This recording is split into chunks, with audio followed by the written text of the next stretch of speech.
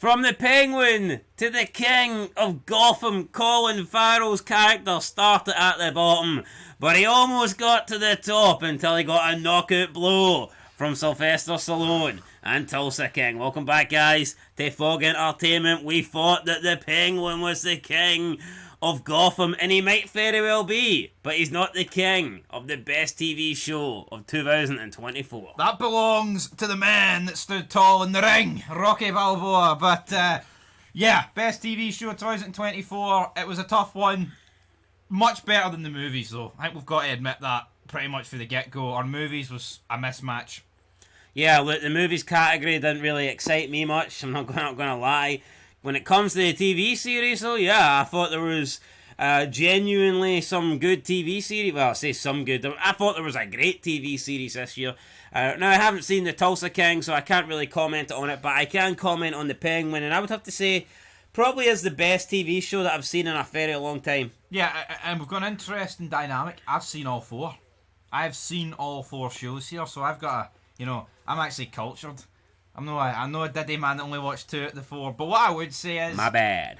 We'll get into it. We'll start with last spot, but have you got any honourable mentions that just narrowly missed out? Considering we only had 2 nominations each, and I went with Raising Kanan and Tulsa King. You know what? I didn't think it was great, but I'll throw it The Walking Dead, The Ones Who Live. I think that was worth a mention. I think that started off decent. I would probably put that 5th. I thought that was a decent show. In terms of everything else, not really. The Dial Dixon show was awful. Don't even feel like talking about that, so we're just going to leave that in the dust. And that's pretty much it, I think, in terms of TV series. I haven't really seen anything else. Yeah, Dexter Original Sin's only a few episodes in. Yeah, that would probably be get somewhere on the list, I think. Maybe next year, considering most of its episodes are in 2025. Yeah, I think that qualifies for next year. But yeah, we'll begin in last spot, which is from 6%. Season 3, a really slow season yet again. Some really good highs, but some really boring episodes and some lows in there. Do I think it's the worst season on this list? I'm going to agree. It's the worst season on this list. Is it the worst season of From? No, I think it was better than 2. But not by much? Not by much, but I think what helps it is the fact you've actually got some pretty big deaths in there.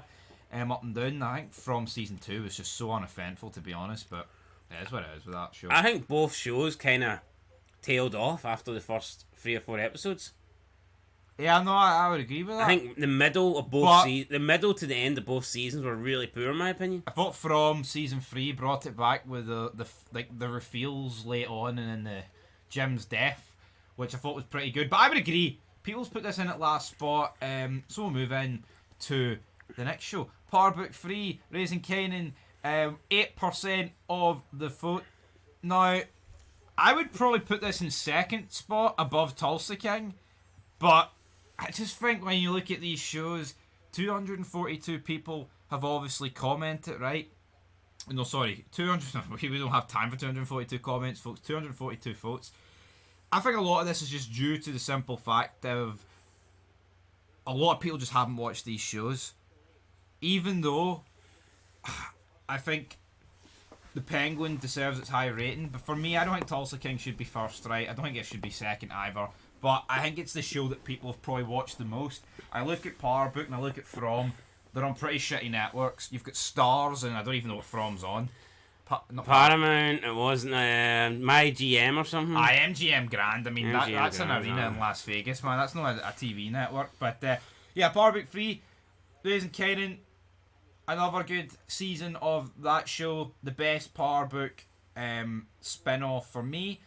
I mean, obviously, there was Power Book 2, Season 4, which was the final season. You would expect a final season of a show to maybe outdo an ordinary season of another show, but it didn't. But yeah, 50 Cent, obviously, in this show. Few actors floating around from The Sopranos and The Wire and TV shows like that. So, it was good.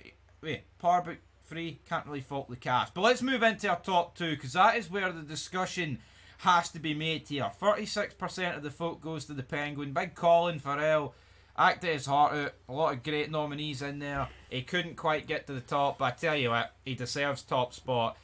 He shouldn't be second. I have no idea why he's second, because Tulsa King Season 2 was good, but it was nowhere near great. So Big Colin's been shafted. Yeah, I don't understand it myself. I do think the Penguin teetered off a little bit towards the end, but it started. I think it started so strong that it was still a great series. I mean, could the last couple of episodes been better? I mean, possibly. I think it did probably peak around the halfway point. I mean, to put it this way, man, I think the worst rating we gave an episode of The Penguin was a 7. Maybe a 6.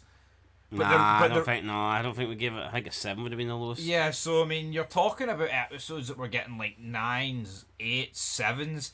I think the lowest might actually have been a 7.5. And when I base that against the averages, everything else here is nowhere near the it's by far and away the highest. I mean, in terms of the most consistent, it would be the Penguin and the highest. I think Power Book would probably come in second. I think Tulsa King had the most, Follies, some really good ratings, but some pretty low ones. I think I gave an episode of 4. And I think From's the same. Would you agree with that? From had some decent ratings, but some very low. So I think the Penguin has came up a little bit short here. It should have won. Easy. Tulsa King Season 2. I love Stallone, right? The show, I enjoy it, but I can't say I love it. I near enough did love the Penguin, but Stallone comes out on top with a knockout blow. Yeah, Stallone comes out on top. Is this a case of maybe people choosing the actor over the actual series? Maybe. Yeah, I'm a big Stallone fan myself, but not that big enough to watch the Tulsa King, that's for sure. But I think the Penguin should have won. I think Colin Farrell, and I think he's been done dirty. Done dirty indeed, but we've got 4 comments. Alright, so we think the Penguin should have won. What do the comments say? Tulsa King, Sylvester Stallone is the king. Yeah, king, pun intended. I mean, I love Stallone, but I just don't think it was better than...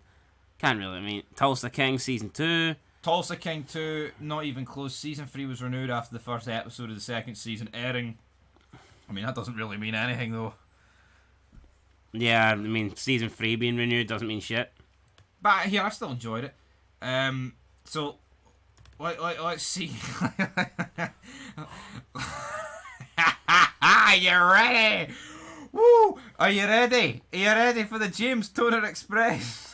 You're ready. Right, let's leave the station. Let's leave the station. Right, I'm not going to read all this. I'm sorry. I can't do it. I can't do it, damn Go for it, man. Go for it, right. I'm going to read some of it. This long comment is a massive love letter of Batman and just how excited I am for Matt Reeves' Batman universe. As a lifelong Batman fan, a comic book fanatic, I'm definitely going to watch The Penguin. Having some problems getting my Fire Stick working, but I'll definitely be watching The Penguin. It's like Goodfellas and The Godfather Part 2 meets Batman. Right, so maybe reel in the Fire Stick. No, we don't support Fire Sticks. Come on. Shove that Fire Stick up your ass. Shove it up your ass, jabroni. Colin Farrell's Penguin is now on level with Heath Ledger's Joker from the Dark Knight trilogy. Farrell's Penguin isn't my definite depiction of Penguin. I have always seen Penguin much like how Danny DeVito's Penguin looked like, by a way, a much British Cockney accent. When I first seen Colin Farrell's Penguin, my jaw dropped, and I generally believe James Gandolfini have either faked his death or been resurrected from the dead. I also think if Danny DeVito wasn't Penguin for Batman Returns 92, Joe Pesci would have been an amazing Penguin. His Penguin would have probably been much like his Goodfellas character, a psychotic, scary Penguin.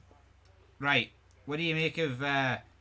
honestly, I have not even watched any other Batman movies. No, I haven't seen any Batman movies. I've seen little clips here and there. I can't imagine any of them do a better job than Colin Farrell. And I would say that Colin Farrell as the Penguin is better than Heath Ledger as the Joker. Yeah, honestly, Heath Ledger as the Joker. It's pretty good scenes with a pencil, but I'm uneducated when it comes to this Superman stuff. I'll be honest, I don't really like it. But you know what? Colin Farrell made me like this show. Yeah, what a guy. I remember reacting to trailers for this, and we were like, "This is pish. Why are we watching this? I don't like Superman stuff flying through the air." Batman. I remember picking this trailer, and I said we should watch this. I remember. Yeah. So that is where we're going to leave it. We've talked about Batman there. We could talk about Joker, but tell you what, Joker 2 came out this year. No love for that movie. I wonder why. Despite the first one being seriously highly rated. Maybe when you just have a guy get bummed in the shower, it's not going to do that well. And you turn it into a musical, it's like, what are you doing here? A big, rapey musical. Not exactly ideal. Anyway, guys, we'll be back soon with the best TV show characters of 2024 and also the best movie characters of 2024. So until next time, peace.